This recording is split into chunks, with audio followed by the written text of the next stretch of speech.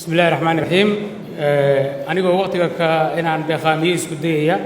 وحن سلام يا دمان مدحض قرن كيد دوينا هل كان جوجا أو مدحوينا جمهورية ووريو أنت أسكدم إن شاء الله تعالى ورمتيت كيان دين آخرنا يا بسم الله الرحمن الرحيم شركة قلها وذاتشجع قرن كأرمها دورشوينك تضبي الله تنك بشمي لبكون يكوبي لباتن ورمتيت shir madaxeed ay isugu yimaadeen madaxda golaha wada tashiga qaranka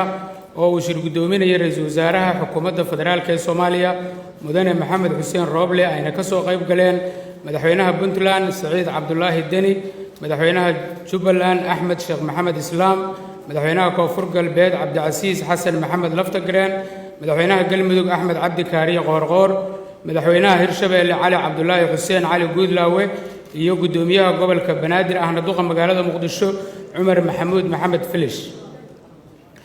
shirka ayaa ka dhacay magaalada Muqdisho socdayna 22kii ilaa 26kii bisha May 2021 golaha wada tashiga qaranka ayaa si qoto dheer uga dooday xal u helista caqabadaha fulinta heshiiskii 17kii September 2020 ee hanaanka qabsoomidda doorashada hay'adaha dastuuriga ah ee federaalka Soomaaliya golaha ayaa sidoo kale dib u eegis ku sameeyay soo jeedinta guddiga farsamo ee Baydhabo 16 February 2021 si ay u meel mariyaan qodobada farsamo ee soo jeedinta guddiga oo ka koobnaa 1 tubta xalinta cabashada la xiriirta guddiyada maamulka doorashooyinka ee labada heer 2 xal u helidda guddiga maamulka doorashada Somaliland 3 hanaanka xalinta khilaafka gobolka Gedo 4 hirgelinta qoondada haweenka 5 jadwalka qabsoomidda doorashada golaha ayaa sidoo kale ka wada hadlay qodobo ay u arkeen inay muhiim u yihiin qabsoomidda doorashada oo ay ka mid yihiin amniga guud ee dalka kan doorashooyinka iyo qariidada dhamaystirka dhismaha dawladnimada Soomaaliya haddaba golaha wada tashiga qaranka iyagoo tixgelinaya baahida loo qabo in doorashada hay'adaha federaalka ee Soomaaliya ay ku qabsoonto muddo cayiman kuna dhacda si nabad ah wadar olgol ah dalkana u horseeda xasilooni siyaasadeed waxay dood iyo falanqeyn dheer kadib go'aamiyeen qodobada soo socda 1 tubta xalinta khilaafka guddiyada maamulka doorashooyinka goluhu wuxuu go'aamiyay iyada oo la tixraacayo soo jeedintii guddiga farsamo ee Baydhabo in xafiiska ra'iisul wasaaraha Soomaaliya loo soo gudbiyo xubnaha guddiyada maamulka doorashada ee labada heer ee cabashadu ka jirto muddo 3 maalmood gudahood ah si loo bedelo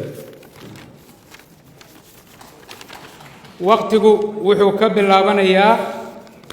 marka ay madaxda wada tashiga qaranku saxiixaan heshiiskan ra'iisul wasaaraha xukuumadda federaalka ee Soomaaliya marka ay soo gaarto xogta xubnaha cabashada laga qabo uuna xaqiijiyo cadeymaha xogtaas wuxuu u gudbinayaa ciddii soo magacawday si loo keeno beddelkeeda loona faafiyo muddo 2 maalmood gudahood ah guddiyadu waxa iska dhex dooranayaan guddoonkooda marka ay soo dhammaystirmaan qodobka 2 xalinta khilaafka guddiyada maamulka doorashada Somaliland golaha wada tashiga qaranku wuxuu go'aamiyay ra'iisul wasaaraha xukuumadda federaalka ee Soomaaliya ayaa mas'uul ka ah habsami u socodka doorashooyinka kuraasta Somaliland isaga oo ka tala qaadanaya ama la tashanaya gudoomiyaha aqalka sare iyo ra'iisul wasaare ku-xigeenka gudoomiyaha Cabdi Xaashi ayaa soo magacaabaya 4 xubnood oo ka mid ah guddiyada maamulka doorashada ee kuraasta Somaliland seat hal xubin oo ah guddiga maamulka doorashooyinka heer federaal ee FIT iyo hal xubin oo ah guddiga khilaafaadka qodobka 3 hanaanka xalinta khilaafka gobolka Gedo shirka ayaa si qoto dheer u falanqeeyay ugana dooday xaaladda gobolka Gedo ee dhinacyada siyaasadda iyo amniga madaxda golaha wada tashiga qaranka ayaa xeeriyay soo jeedinta guddiga farsamada ee Baydhabo 16 Febraayo 2021 ee tubta xalinta khilaafka siyaasadeed iyo amni ee gobolka Gedo guud ahaan iyo sidii ay doorashadu uga qabsoomi lahayd magaalada Garbaharey haddaba goluhu wuxuu go'aamiyay golaha wada tashiga qaranka waxa ay ugu baaqayaan bulshada gobolka Gedo in laga shaqeeyo nabadda midnimada iyo wadajirka bulsho iyo tan maamul ee Jubbaland ba golaha wadatashiga qaranka wuxuu go'aamiyey in ra'iisul wasaaraha xukuumadda federaalka Soomaaliya uu garwadeen ka noqdo amniga iyo dib u heshiisiinta gobolka Gedo si ay habsami ugu dhacdo doorashada gobolka Gedo. golaha wadatashiga qaranka wuxuu go'aamiyey abuuridda guddi dib u heshiisiineed oo ka kooban dowladaha xubnaha ka ah dowladda federaalka ah oo aysan ku jirin Jubbaland si waafaqsan soo jeedintii guddiga farsamada ee Baydhabo. guddigu wuxuu mas'uul ka yahay abuuridda jawi xasilooni amni iyo mid siyaasadeed oo ay ku qabsoomi karto doorasho wada ogol ah oo ka dhacda magaalada Garbaharey iyaga oo si dhow la shaqeynaya ra'iisul wasaaraha xukuumadda federaalka Soomaaliya. guddigu wuxuu soo jeedinayaa min 2 xubnood ee jagada guddoomiyaha iyo guddoomiye ku-xigeenka degmada Garbaharey iyaga oo la tashanaya qaybaha kala duwan ee bulshada. guddiga waxaa lagu soo magacaabayaa muddo 3 maalmood gudahood ah oo ka bilaabanaysa marka ay madaxdu saxiixaan heshiiska.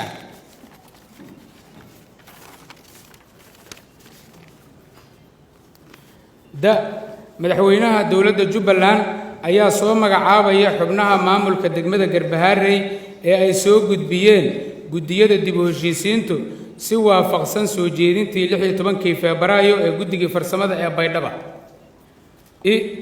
golaha wadatashiga qaranku wuxuu farayaa guddiga dib u heshiisiinta in ay ku soo dhammaystiraan qorshaha xasilinta gobolka Gedo guud ahaan iyo tanjawiga qabsoomidda doorashada Garbaharey muddo 30 maalmood gudahood ah oo ka bilaabanaysa marka la magacaabo guddiga. dhinaca amniga doorashada Garbaharey goluhu wuxuu go'aamiyey in booliska AMISOM la geeyo magaalada Garbaharey si ay u hubiyaan amniga magaalada iyo in goobta ay ka dhacayso doorashadu. in guddiga dib u heshiisiinta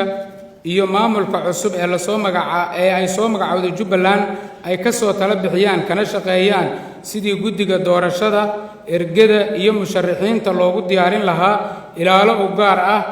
oo amnigooda ilaaliyo si loo helo amni la isku halayn karo muddada ay doorashadu socoto. goluhu wuxuu go'aamiyey in guddiga dib u heshiisiinta ay xafiiska ra'iisul wasaaraha xukuumadda federaalka u soo gudbiyaan qorshaha iyo jadwalka gogosha nabadeynta gobolka Gedo iyo dhammaystirka dhismaha maamulka gobolka Gedo laguna hirgeliyo muddo 60 maalmood ah doorashada kadib. qodobka 4 amniga doorashada. golaha wadatashiga qaranku waxay go'aamiyeen in la dhiso guddi amni oo ka kooban 9 xubnood mas'uulna ka ah amniga doorashada uuna hogaaminayo ra'iisul wasaaraha xukuumadda federaalka Soomaaliya xubnana ay ka yihiin taliyaasha booliiska federaalka iyo dowlad goboleedyada iyo taliyaha booliiska AMISOM. in guddiga amnigu diyaariyo ciidamo u gaar ah ilaalinta goobaha ay ka dhacayso doorashada gaar ahaan goobaha lagu dooranayo kuraasta Somaliland guddoonka 2 aqal ee baarlamaanka iyo madaxweynaha jamhuuriyadda federaalka Soomaaliya. golaha wadatashiga qaranku wuxuu farayaa dhammaan qaybaha kala duwan ee ciidamada amniga ee labada heer in aanay ku milmin faragelinna ku samaynin arrimaha siyaasadda iyo hirgelinta doorashada. in guddiga amniga doorashadu ay warbixin joogto ah siiyaan golaha wadatashiga qaranka si ay go'aan uga gaaraan habsami u socodka ama xallinta xaaladaha taagan ee doorashada la xiriira. qodobka 5 hirgelinta qoondada haweenka. goluhu wuxuu isku raacay iyadoo la tix raacayo heshiiskii 17 Sebtembar 2020 ee xaqiijinta qoondada haweenka ee 30% in la ilaaliyo qoondada haweenka ee 2 aqal. 6 jadwalka qabsoomidda doorashada. golaha wadatashiga qaranka iyadoo la xiriirinayo dib u dhaca ku yimid waqtigii loo asteeyay qabsoomidda doorashada federaalka ee 2020-2021 wuxuu go'aamiyey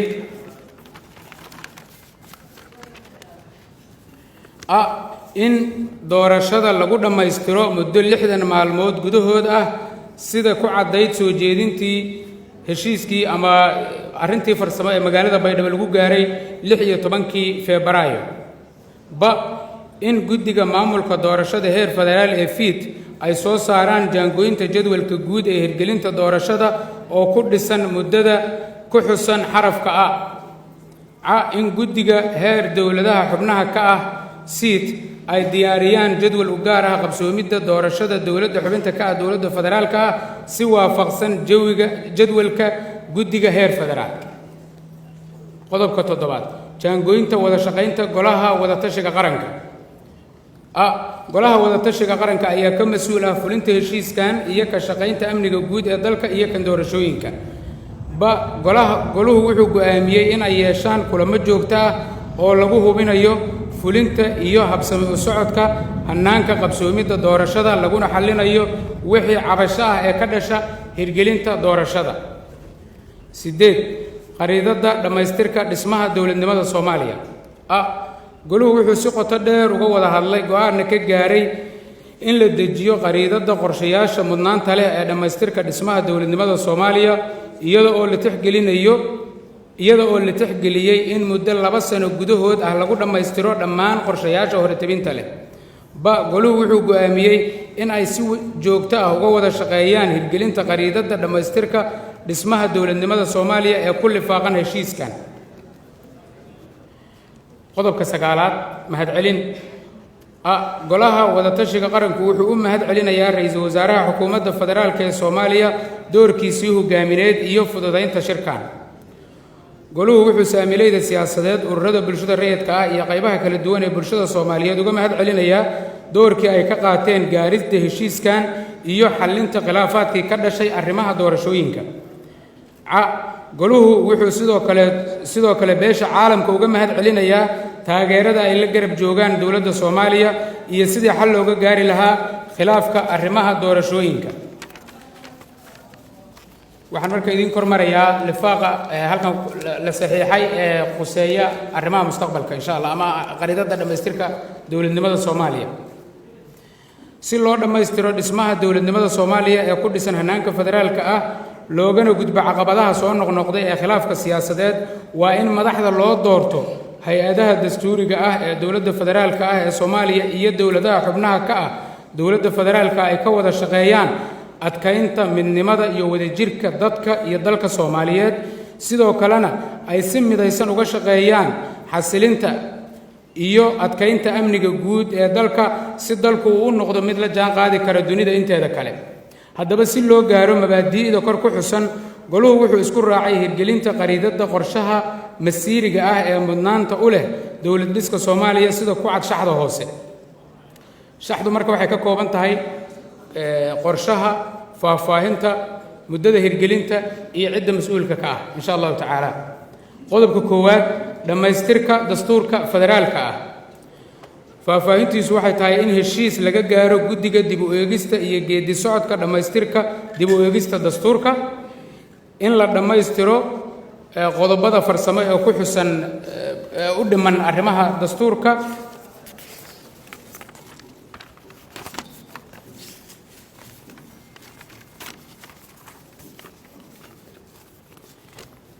in heshiis laga gaaro qodobada siyaasiga ah ee lagu muransan yahay sida awoodaha iyo wada shaqaynta heerarka dowladda, qaybsiga khayraadka dalka, nidaamka cadaaladda iyo ilaalinta dastuurka. waqtiyadu way kala duwan yihiin laakiin 2 sano gudahood ayuu isaga oo dhan ku go'an yahay. kaasi marka waa qodobka 1. qodobka 2 dhammaystirka hannaanka dhismaha ciidanka iyo sugidda amniga dalka. in heshiis wadajir ah laga gaaro qaabka loo dhisayo ciidamada qaranka Soomaaliya, dib u eegisna lagu sameeyo heshiisyadii hore ee amniga. in dib loo qaabeeyo dhismaha ciidamada qaranka, qalabeeyo loona diyaariyo in ay la wareegaan mas'uuliyadda amniga qaranka. xoreynta iyo in dalka laga saaro kooxaha argagixisada ah. kaasina waa qodobka 2. qodobka 3 waa qadiyadda arrimaha Somaliland. in dowladda federaalka ah iyo dowladaha xubnaha ka ah dowladda federaalka ah ay heshiis ka gaaraan hannaanka wada shaqayneed waa hannaanka wada hadalka arrimaha Somaliland. in lagu gudagalo wada hadallada Somaliland laguna dhammaystiro ilaa bisha August 2022. qodobka 4 maqaamka caasimadda Soomaaliya. in hay-adaha dowladda federaalka ah